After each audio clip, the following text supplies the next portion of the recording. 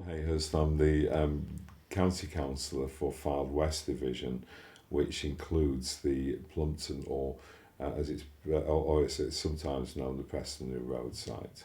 I'm concerned that the visual impact and the noise from the development would obviously exacerbate some of the problems that some of my residents have. I've got several residents with illnesses who live very close to the site, and I feel that it could exacerbate their existing conditions. I feel that really that applications for fracking should not be in residential areas. I don't think there is any conditions which can be put on to help the situation.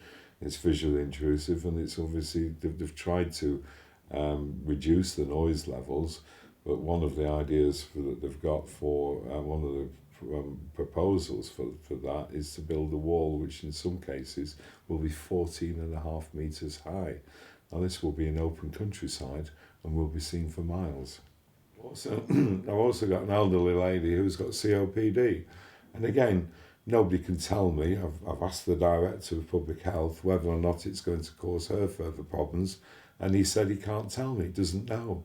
So the situation is that she's living across the road from it. What's COPD?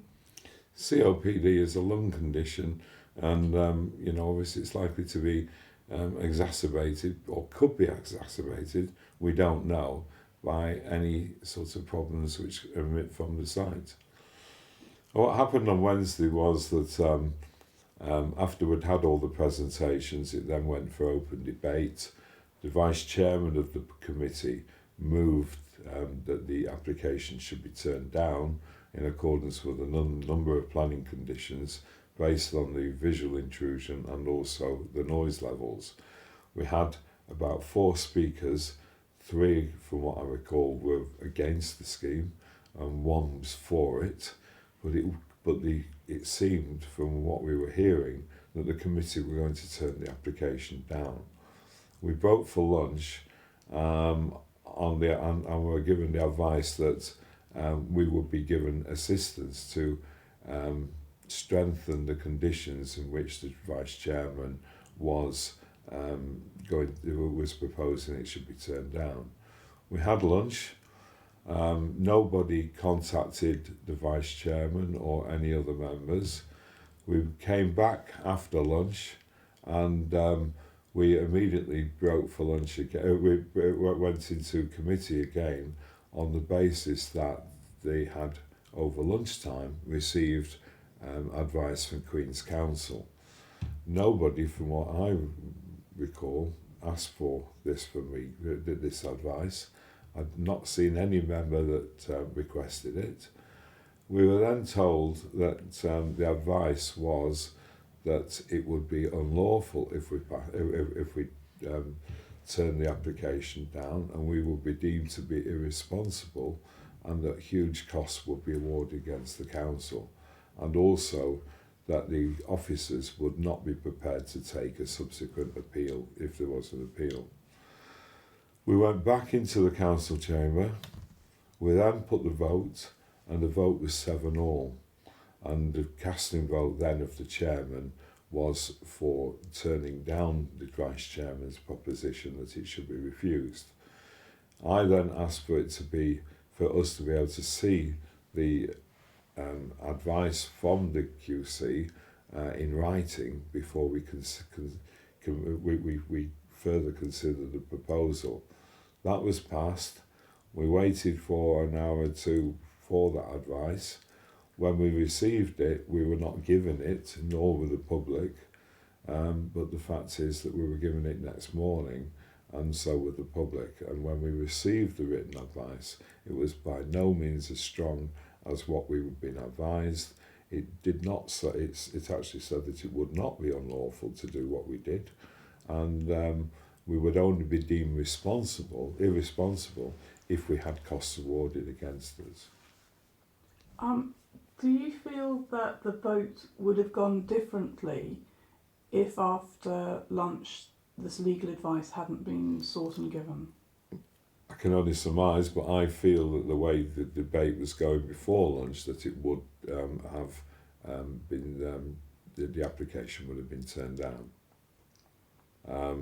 But we were told that over lunch we would be given some advice to help us with the proposal which had been put, but we actually got the opposite advice. We're often given advice if there is a proposal to turn something down or to pass turn something down or even to pass it.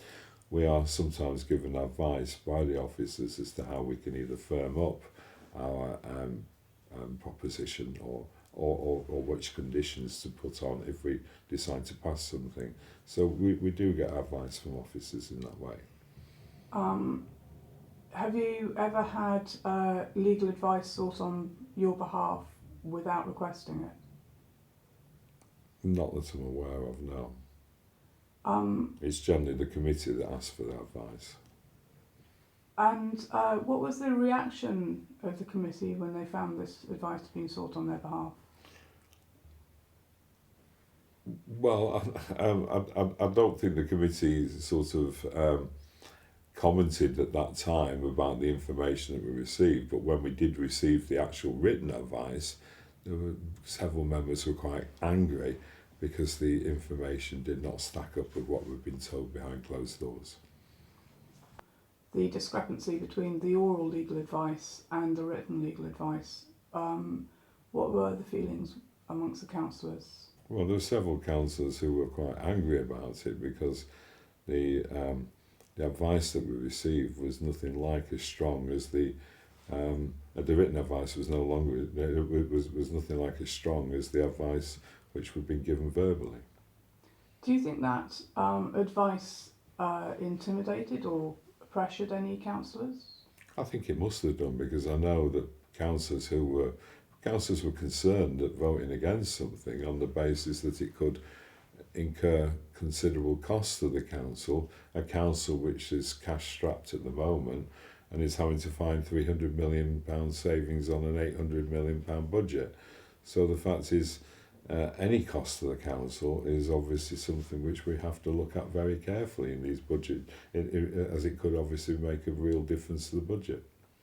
What were you anticipating the numbers were going to be voting to turn down the proposal before this legal advice was given? I don't know, because obviously we didn't canvass members or anything like that. Nothing like that was done. It was just seemed to be the flow from the committee was to turn it down. Well, I think members were concerned last time that suddenly we were given this information, and but having said that, I do think members want to get the right decision at the end of the day. But you know, obviously they want to be able to make it without undue influence. How much concrete information do you feel there is available about the health effects and the environmental impact of fracking?